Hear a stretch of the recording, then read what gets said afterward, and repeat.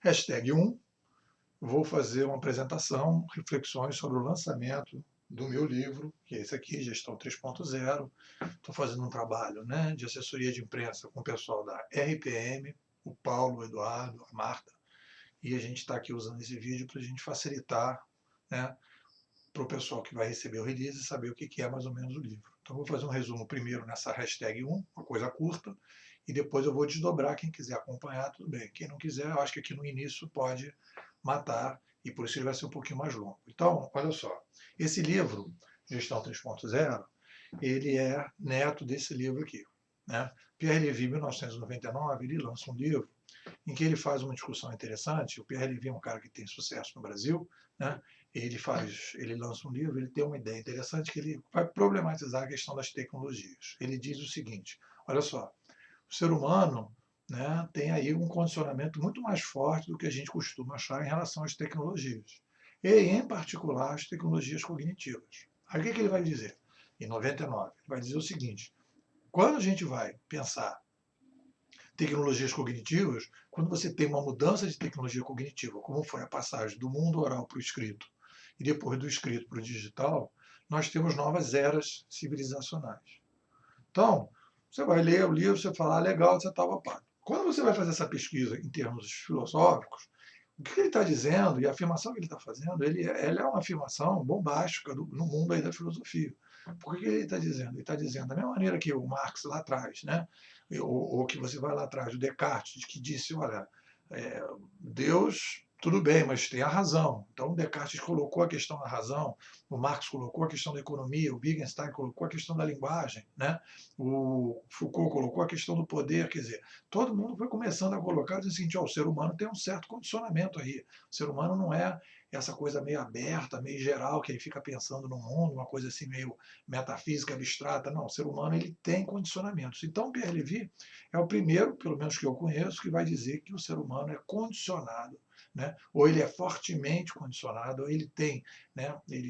No momento que ele vai se desenvolver, ele é marcado. A história humana pode ser marcada, pode ser vista por causa das mudanças das tecnologias cognitivas, e aí ele vai falar que a gente está entrando numa nova era cognitiva e que a gente, então, a partir daí, começaria grandes movimentos de mudanças sociais, políticos e econômicos. Isso ele vai fazer em 99, então você vai ver que em junho de 2013, no Brasil, já tinha alguém dizendo que alguma coisa ia acontecer. Beleza, então, esse livro vai repercutir na minha vida ao longo desses últimos anos, né? Desde que eu fiz o meu mestrado lá em 2004, desculpe, em 94, e depois que eu fiz uma tese sobre internet, depois então vem repercutindo, etc. Quando foi em 2007, né, 2006, para ser preciso, eu lanço com o professor Marcos Cavalcante esse livro aqui, Conhecimento em Rede, como implantar projetos de inteligência coletiva. Inteligência coletiva, na verdade, o eixo do livro do Pierre Levy, quando ele fala inteligência coletiva, que hoje eu diria que a gente está falando de inteligência coletiva digital. Né? Então, esse livro aqui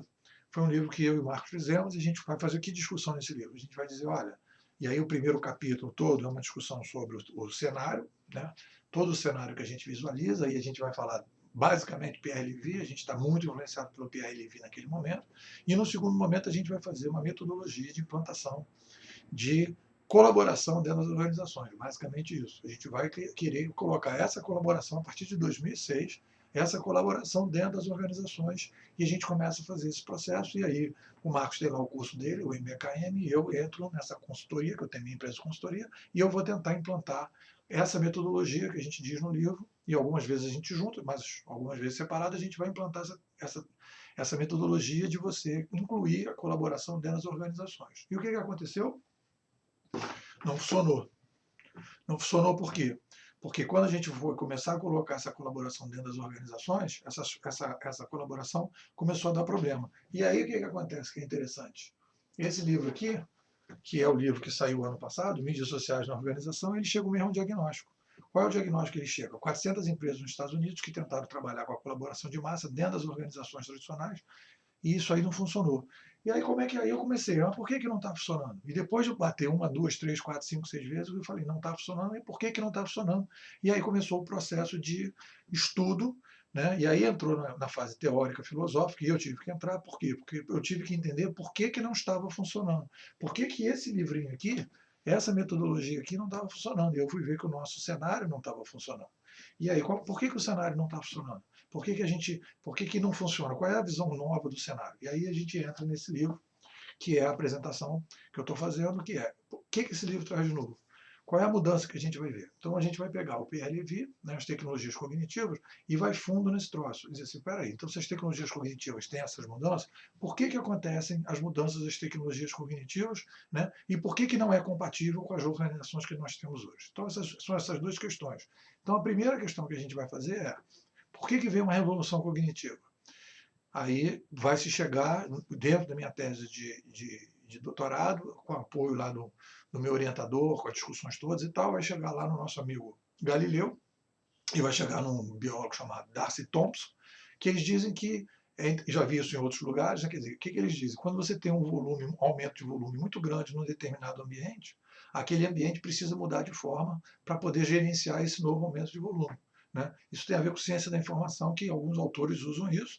O autor que usa um pouco isso é esse cara aqui, ó, o Daniel Bell, que ele vai falar um pouco sobre essa questão da população. Então, baseado nessas questões, o que eu vou dizer? Eu vou dizer que uma revolução cognitiva ela é mobilizada, ela é motivada por aumentos populacionais. E aí a gente vai analisar, e aí isso eu boto aqui no meu livro, tem um gráfico que eu coloco aqui, né? A gente vai analisar o salto que a gente teve ao longo da história, e a gente vai ver aqui, né? Olha só, que interessante, olha o salto que a gente teve. A gente teve um salto aqui, né, a partir de 1800, com a Revolução Francesa, que foi a chegada de uma nova, com papel impresso que chega a partir de 1450, tem todo um processo de iluminismo aqui, você depois tem um salto de 1 para 7 bilhões de pessoas no mundo.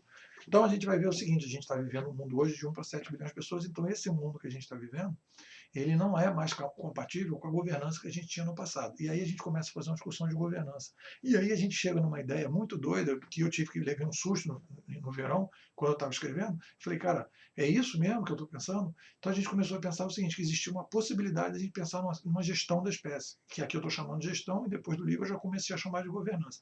Uma governança da espécie, que é uma governança da espécie que vai fazer o quê? Que a gente possa pensar o mundo sendo governado de uma outra maneira, baseado nas tecnologias cognitivas. E aí, a partir daí, a gente começa todo um cenário de perceber que essa governança da espécie ela é basicamente motivada por um novo ambiente cognitivo, que é a troca que as pessoas começam a fazer nas mídias sociais. E essa governança que vai sendo criada vai criar um novo modelo de liderança que é muito mais próximo das formigas do que o modelo de líder alfa que a gente tem hoje. E o modelo das formigas é muito mais dinâmico para resolver os problemas que a gente tem que solucionar. Então, a base da estrutura do livro, que é a estrutura do PLV, é o quê? É mostrar que é incompatível, hoje é incompatível, a governança que nós temos hoje na sociedade, que é uma governança baseada nos líderes alvos, para a governança que a gente tem, que é a governança nova que está surgindo, que é uma governança muito mais baseada nas formigas e lideranças muito mais dinâmicas. E isso é incompatível uma coisa com a outra. E aí, para fechar, o que a gente fez? E aí tem aqui uma propostazinha de caminho, na parte final, em que eu digo como é que faz a migração dessa governança aqui para outra. Você vai pegar, e aí tem uma revistinha que eu tenho aqui do pessoal da Harvard Business Review que sugere que você tem que ter uma zona de migração, uma zona de experimentação de coisas muito diferentes nas organizações, e eu faço essa sugestão de criar essas zonas para você já criar essa nova cultura, e eu estou experimentando isso em alguns clientes, para você poder fazer essa passagem, para você poder começar a trabalhar de uma maneira completamente diferente, já baseada nesse novo modelo. Ou seja, esse livro aqui, eu acreditava que as organizações iam se manter do jeito que elas são. Nesse livro aqui, eu já não acredito mais que as organizações atuais vão sobreviver e elas vão ter que migrar para esse novo modelo, cada uma a seu tempo, cada uma pressionada de uma determinada maneira, mas a gente vai caminhar para esse modelo aqui. Então, basicamente essas são as ideias básicas do livro e no final eu apresento algumas, digamos assim, provocações, né, para falar de uma ciência, né, de produção científica sem pareceristas através de redes sociais, uma justiça sem juízes através de redes sociais, né, um congresso, um parlamento, né, uma representação política sem políticos, né, e aí a partir daí a gente começa a construir e provocar para a gente começar a pensar novas saídas para a gente modelar uma sociedade mais compatível com 7 milhões de pessoas do que a gente tem hoje. Bom, é isso. Se você gostou, aqui embaixo eu vou falar mais um pouquinho de como foi feito o livro, e se você quiser, tudo bem. Se você não quiser, está fechado. Obrigado.